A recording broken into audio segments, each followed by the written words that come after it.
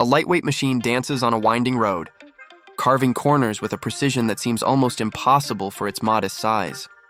There's no thunderous roar of overwhelming power, no heavy sense of brute force, just a razor-sharp response that connects car and driver in perfect sync. For decades, enthusiasts have debated what truly makes a great driver's car. Is it raw speed, or the intangible balance that makes every mile feel alive? The answer often lies not in the numbers printed on a spec sheet, but in the choices engineers made long before the car ever rolled off the line. Here is a story of discipline, of restraint, and of a formula that turned ordinary hardware into something unforgettable. It's not about luxury or status. It's about a purity of design that continues to echo in garages, racetracks, and pop culture today. If you've ever wondered why some cars transcend their era to become legends, this is one of those moments, when simplicity proved stronger than complexity, and less truly became more. Like and subscribe, and tell us in the comments which machine you want explored next. The Toyota AE86 was never intended to be a headline-grabbing supercar. It arrived in the early 1980s as a derivative of the humble Corolla, designed to meet the needs of everyday drivers while quietly carrying the DNA of something far more engaging. At a glance, it looked modest, a compact two-door coupe or hatchback, light in weight, with clean lines that didn't scream for attention. Yet, beneath its unassuming shell lay a series of decisions that reflected a very specific philosophy, one that would ultimately define the AE86 as one of the most beloved driver's cars of its time. To understand why it mattered, we need to look at the world into which it was born and what Toyota's engineers were trying to achieve. The automotive landscape in the early 1980s was in flux. Emissions regulations, fuel economy standards, and rising insurance costs had dulled the edge of performance cars from the previous decade. Many manufacturers were moving toward front-wheel drive platforms for cost and efficiency, leaving rear-wheel drive layouts to fade into memory. But Toyota's engineers believed there was still space for a car that embraced old-school dynamics, lightweight, rear-wheel drive balance, and a rev-happy engine that rewarded skill rather than brute force. The AE86 carried this torch. At its core, the AE86 embodied restraint. Its 1.6-liter DOHC inline-4, the 4AGE, was not a powerhouse on paper, producing around 112 horsepower in US trim. Yet it was an advanced engine for its class, featuring twin cams and fuel injection at a time when many rivals still relied on carburetors.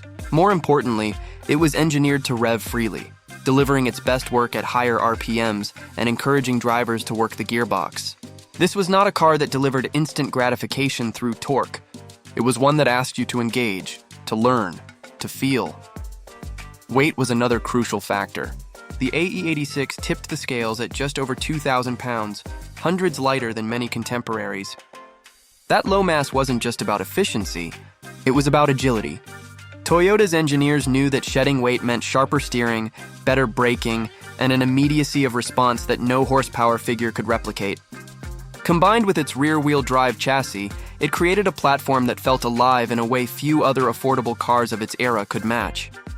Of course, compromises were part of the equation. The live rear axle was a carryover design choice, not as sophisticated as independent setups found elsewhere. Yet this decision wasn't simply about saving money. The solid axle provided predictability and durability, especially in motorsport settings, where tuners and racers could easily modify and strengthen components. It reflected Toyota's balance of cost, simplicity, and performance, traits that made the AE86 accessible while still offering surprising depth. Design played a subtler role in its appeal. The AE86 was offered in both coupe and hatchback form, with crisp lines that gave it a timeless, functional aesthetic. It didn't overwhelm with excess curves or flamboyant features. Instead, its proportions, short overhangs, low hood, clean greenhouse, reflected its focus on driver visibility and balanced dynamics. Inside, the cabin was straightforward but driver-focused, with clear gauges and supportive seats that made long drives or spirited sessions equally comfortable. Ownership reality also shaped the AE86 legacy. Buyers in the early 1980s could purchase one at a price that was within reach of younger enthusiasts, students, or families looking for something practical, yet engaging. It had the reliability expected from Toyota, meaning it wasn't a fragile toy. It could serve as a daily commuter while doubling as a weekend thrill machine. That duality was rare in a market where performance often meant compromise in durability or affordability. What makes the AE86 particularly fascinating is that it wasn't designed to dominate a specific niche. It was designed to exist in balance. Toyota wasn't chasing outright speed records or trying to dethrone exotic sports cars. Instead, it focused on delivering a car that could be driven hard, modified easily, and lived with every day. That philosophy connected with an audience who wanted a car that felt like a partner rather than a machine to be tamed. The AE86's initial reception reflected this subtle but profound character. It didn't break sales records, nor was it showered with industry accolades upon release. But for those who drove it, there was an immediate recognition that this car was something special. Journalists praised its balance, tuners saw potential in its simplicity, and grassroots racers found a weapon they could rely on. Over time, these voices would create a chorus that elevated the AE86 far beyond its modest origins. To truly grasp how this little Toyota turned from a practical coupe into an icon, we need to see how it fit into the broader automotive world, how it compared to rivals, how it found a home in motorsport, and how an entire culture of modification and racing would spring up around it.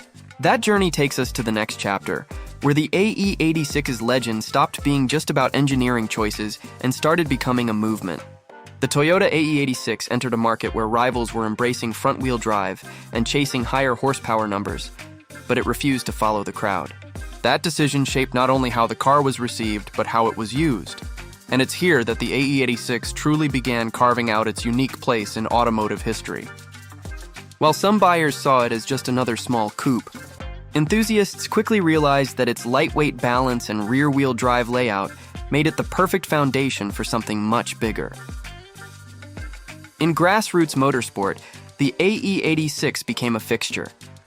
Autocross drivers appreciated its nimble handling, club racers valued its predictability, and rally teams found it durable and easy to repair under pressure. The car's live axle, once seen as a compromise, actually gave it resilience and consistency on rough surfaces, while its 4AGE engine responded well to tuning. With bolt-on modifications, cam upgrades, or even engine swaps, owners could transform an everyday commuter into a legitimate competitor. This adaptability set the AE86 apart, allowing it to thrive in arenas where more complex or expensive cars faltered. Culturally, the AE86's story expanded even further. In Japan, its rear-wheel drive dynamics made it a natural fit for the emerging drifting scene. Drivers discovered that the car's balance and lightweight allowed precise control when sliding through corners, and soon the AE86 became synonymous with the sport itself. From mountain passes to organized drift events, it was the car that taught a generation of enthusiasts how to master vehicle control at the edge of traction. Even in the United States, long before drifting became a household term, AE86 owners were already experimenting with the same techniques, taking cues from what was happening overseas. But it wasn't just motorsport that propelled the AE86 forward, it was the aftermarket. Tuners and parts suppliers recognized the car's potential, flooding the market with suspension upgrades, engine components, and body kits. Because it was affordable, owners weren't afraid to experiment. And because it was reliable, they could push it further without constant breakdowns. This cycle of modification and accessibility turned the AE86 into a canvas for personal expression, with no two cars ending up exactly the same. For young enthusiasts, it was a chance to own something they could truly make their own. Of course, the AE86 wasn't without challenges. In an era where horsepower was increasingly used as a marketing weapon, some buyers dismissed it as underpowered. Insurance companies didn't always distinguish between a sporty Corolla and higher-tier performance cars, making premiums a surprise for some. And as the market shifted more aggressively toward front-wheel drive, Toyota itself moved on, leaving the AE86 behind by the late 1980s. Yet even as production ended, demand in the used market grew, fueled by racers, tuners, and young drivers who wanted a car that taught them skills rather than masking mistakes. The AE86 also benefited from its role as an underdog. It wasn't intimidating to approach either in price or performance, but it had a depth that rewarded those willing to learn. Compared to rivals, it wasn't the fastest in a straight line, but it offered an intimacy of control that others simply couldn't match. In hindsight, that was its greatest competitive edge. It made average drivers feel connected, and skilled drivers feel like heroes. This combination of cultural influence, grassroots motorsport success and a booming aftermarket ensured that the AE86 didn't fade into obscurity once the new car shine wore off. Instead, it grew in stature.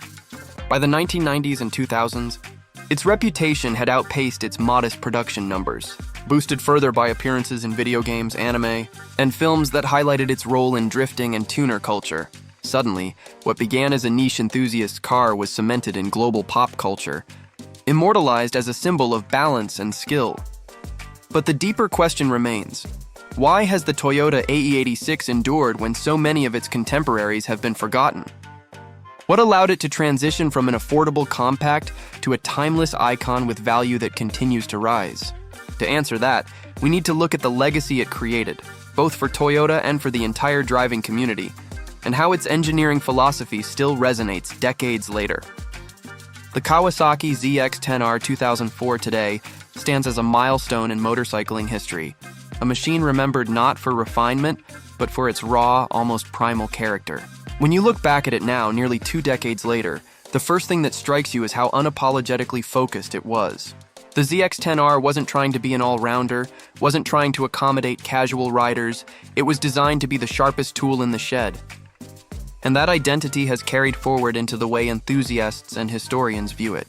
To speak of the Kawasaki ZX-10R 2004 is to speak of a turning point, when the liter bike segment tested just how far it could go without the safety net of electronics. This model sits at the intersection of old school and new school.